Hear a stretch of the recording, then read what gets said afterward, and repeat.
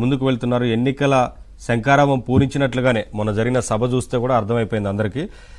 రజనీ గారు, ఇప్పుడు ప్రాజెక్టుల సందర్శనకు సంబంధించి అంతకుముందు చంద్రబాబు నాయుడు గారు చేసిన కార్యక్రమం ఉంది కదా, పెద్ద ఎత్తున ప్రజల్లోంచి స్పందన వచ్చింది.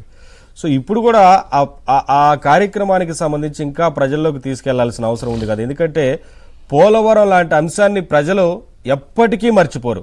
ఎందుకంటే అరే గత ప్రభుత్వంలో 72% కంప్లీట్ అయిపోయిన ప్రాజెక్ట్ని 4.5 ఏళ్లుగా ఇప్పటి వరకు కంప్లీట్ చేయకపోగా ఎప్పుడు కంప్లీట్ చేస్తారో అసలు ఏం జరుగుతుందో కూడా చెప్పలేని పరిస్థితి. ఇరిగేషన్కి 2 మంత్రులు మారిపోయారు వాళ్ళ. సార్, ముఖ్యంగా ఇక్కడ పోలవరం గురించి ఎవరికైనా తెలిస్తే ఏమన్నా చెప్పడానికండి. ఈరోజు కనీసం ఒక నారాయణ కాలేజ్ లో ఒక టీచర్ పోస్ట్ కూడా పనికిరానటువంటి అనిల్ యాదవ్ గారిని తీసుకొచ్చి నీటిపారుదల శాఖ మంత్రిని చేశారు. దాని పర్యవసానం అసెంబ్లీలో 1% కౌంట్ డౌన్ అని ఒక తలపొగరు మాటలు మాట్లాడాడు. అయిపోయింది, మాకేం తెలియదు అన్నాడు. ఇంకొక ఆయన వచ్చాడు, 5 నిమిషాలు 10 నిమిషాలు అనడానికి సంజనా సుకన్యానా, పోలవరం ఇది నాకేం తెలుస్తుంది, నేను కూడా కనుక్కుంటున్నాను కదా, కాఫర్ డ్యామ్ కి చిల్లుబడింది, డయాఫ్రమ్ వాళ్ళు నాసిరకం అయింది, ఏదేదో చెప్తున్నారండి. అసలు ఏమన్నా సబ్జెక్ట్ తెలిస్తేనే కదా. ఈరోజు ఒక అటెండర్ పోస్ట్ కూడా ఒక క్వాలిఫికేషన్ తక్కువ చేశారా రివర్స్ టెండరింగ్ పేరుతోని? సార్, ఇది పని లేనోడు ఏదో పని చేస్తా ఉంటాడంటారు చూడండి. ఏదో ఒక పని చేయాలి కాబట్టి ఏం చేస్తున్నాడంటే రివర్స్ టెండరింగ్ అని పోలవరంలో స్కాములు స్కీములు బయట పెడతాను అన్నాడు. పెట్టాడా? 2.5 సంవత్సరాలు గడిచిపోయింది, ఏ స్కాములు స్కీములు లేవట. ఇంక ఇప్పుడు పని బిగించేస్తాను అన్నాడు. సరే, ఇప్పుడు మాత్రం ఏం చేస్తాడంటే డయాఫ్రమ్ వాళ్ళు ఏదో అటు ఇటు ఏదో చేశానన్నాడు, అది కూడా నాసిరకం ఏదో వాడింది, బహుశా అది కూడా చిల్లడింది. సో ఇప్పటికి సంబంధించి ఇంతవరకు పోలవరంలో 75% కంప్లీట్ అయిపోయి బ్యాలెన్స్ 25% నా వల్ల కాదని చేతులు ఎత్తేశాడు.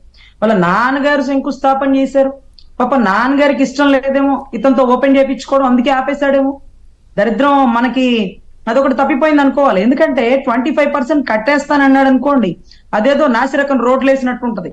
అది ఏదో మన అదృష్టం బాగుండి పోలవరం మీద వాడు చేయి పడలేదు, వాడు కన్ను పడలేదు అని అనుకోవాలి. ఎందుకంటే సెంట్రల్ నుంచి వచ్చే ఫండ్ అంతా దారి మళ్ళిచ్చి భారతీయ సిమెంట్ తో కట్టేశాడు అనుకోండి, మొత్తం కుప్పకూలిపోతాయి. కానీ కట్టక ముందే విగ్రహాలు పెడతా అన్నారుగా.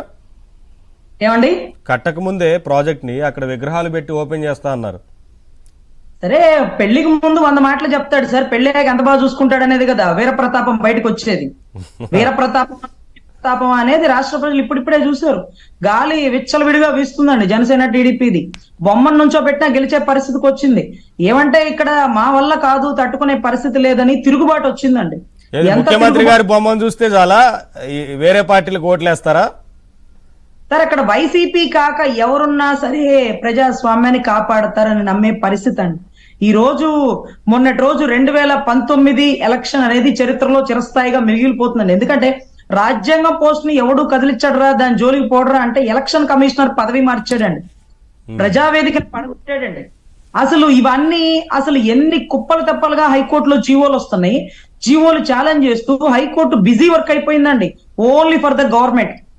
సో ఇంత రకంగా అసలు ఎప్పుడు హైకోర్టు ప్రభుత్వానికి వ్యతిరేకమైన కేసులు ఇన్ని చేయలేదండి. ఏది హిస్టరీ మొత్తం వెనక్కి తీసుకుంటే కూడా. మరి ఏం చేస్తుందంటే అదేదో సబ్జెక్ట్ చేతగాని వాడికి అంటే వేదాంతం తెలియని వాడి ముందు వీణవాదినట్టుగా ఈ రోజు అన్ని నాకే తెలుసు అంటూ జీవో నెంబర్ 1 పెట్టాడు. నిన్నటి రోజు జీవో 23 ఒకటి పెట్టాడు చూడండి, భూ సంరక్షణ చట్టం అట. అంటే రెవెన్యూ అధికారికి పెత్తనం ఇచ్చేసి మొత్తం నువ్వే చేసాడు కాడికి ఇక న్యాయస్థానాలు ఎందుకండి? అసలు నేనే రాజు నేనే మంత్రి అనే పరిస్థితుల్లో అంటే ఎగ్జిక్యూటరీని లెజిస్లేటరీని కంట్రోల్ చేసేది ఇండిపెండెంట్ బాడీ అయిన జుడిషియరీ. మీ జుడిషియరీ అక్కర్లేదు, నేను చెప్పేవాడిదే భూమి అంట. ఎవడికి చెప్తాడు? వీళ్ళ బినామీలకు చెప్తాడా? వీళ్ళ జాగిరిదారులకు చెప్తాడా? వీళ్ళ అత్త తాలూకా బంధువులకి చెప్తాడా? ఎవరి పేర్లు చెప్తాడు? ఇప్పుడు రెవెన్యూ వాళ్ళు అసలు వీళ్ళ కంట్రోల్లో ఉంటున్నారా? వీళ్ళని వాళ్ళని క్వశ్చన్ చేసేది ఒక జుడిషియరీ అంటే లేదట. దీని గురించి ఏదైతే అడ్వకేట్లు ఎన్నో రోజుల నుంచి సమ్మెలు చేస్తున్నారు, ఇది కరెక్ట్ కాదు, అసలు ఇటువంటి విషయాల్లో మీరు ఇన్వాల్వ్ అవ్వకూడదు. ఇప్పుడు రెవెన్యూ వాడు చేసిన తప్పుల్ని జుడిషియరీ క్వశ్చన్ చేస్తుంది, అది వద్దంట, రెవెన్యూనే డిసైడ్ చేస్తుందట. సో ఈ రకంగా జరుగుతున్న పరిస్థితుల్లో ప్రభుత్వాన్ని చూస్తేనే భయం వేస్తుందండి.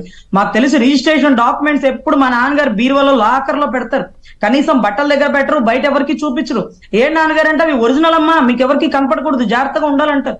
మరి ఏంటో ఈ రోజు ఒరిజినల్ డాక్యుమెంట్స్ అన్ని గవర్నమెంట్ చేతిలో పెట్టాలి, మరి మా చేతిలో జిరాక్స్ లెటర్. మరి మరి రేపు ఎట్లా వాటి పేరు మీద లోన్లు తీసుకుంటే సార్ లోనా ఇప్పుడు శ్మశానం మీద తప్ప స్కూళ్ల మీద, కాలేజీల మీద, రెవెన్యూ ఆఫీసుల మీద, పార్కుల మీద, రియల్ ఎస్టేట్ కి సంబంధించి ప్రతి భూముల మీద అన్నట్టుగా గవర్నమెంట్ భూములు అన్నిటి మీద లోన్లు తీసేసుకున్నాడండి. పిఎఫ్ కాజేశాడు, ఈఎస్ఐ మీద లోన్లు తీసుకున్నాడు, Okay. మెడికల్ యూనివర్సిటీలో ఉండే ఫండ్ల మీద కూడా లోన్ తీసేసుకొని ఎన్టీఆర్ యూనివర్సిటీ మార్చి వైఎస్ఆర్ పెట్టేశారండి. ఓకే సో ఈ కంక్లూడ్ చేద్దాం. యా కబ్జాలు అనాలా, భూ బకాసురుడు అనాలా, మరి ఏమో మాకైతే పేర్లు తెలియట్లేదు కానీ అతి కిరాతకంగా దారుణంగా మళ్ళీ ఓటేసేటప్పుడు ఆచితూచి బొమ్మలు చూసుకొని ఇది గ్లాసేనా, ఇది సైకిలేనా, సార్ నాకు అసలే కళ్ళు కనపడదు, సరిగ్గా వేయండి సార్ లేకపోతే రాష్ట్రం నాశనం అయిపోతుందంటూ 75 ముసలది కూడా శుక్లాలు దీపించుకుంటుంది. ఏమోనమ్మా ఇటు నొక్కపోయి అటు నొక్కేమంటే రాష్ట్రం మొత్తం గల్లంతే, నా తప్పిదం వల్ల నేను కూడా జాగ్రత్తగా ఉండాలా, నాకు కూడా బాధ్యత ఉంది అంటూ ముందుకు వస్తున్నారు. నిన్నటి రోజు పీకే గారు వచ్చారు, మొన్నటి రోజు షర్మిల గారు వచ్చారు, రేపటి రోజు ఇంకెవరెవరు వచ్చేస్తున్నారు. వైసీపీ మంత్రులు, ఎమ్మెల్యేలు మొత్తం సంచి సభేళ సర్దేశారండి. ఎందుకంటే ఎవరు నుంచున్నా ఓడిపోయే పరిస్థితి వచ్చింది, ఏది చెప్పినా వినే పరిస్థితి లేదు. ఈ చివరాకుల్లో ర్యాలీలు, బస్సు యాత్రలు, రాస్తారోకాలంటూ నేషనల్ హైవేలను మీద కూడా వీళ్ళు సభలు కట్టేశారు. మరి లోకేష్ బాబు గారు మాత్రం స్టూల్ మీద నుంచొని మైక్ పట్టుకోకూడదు, వీడు మాత్రం నేషనల్ హైవే మీద సభలు పెట్టేస్తాడా?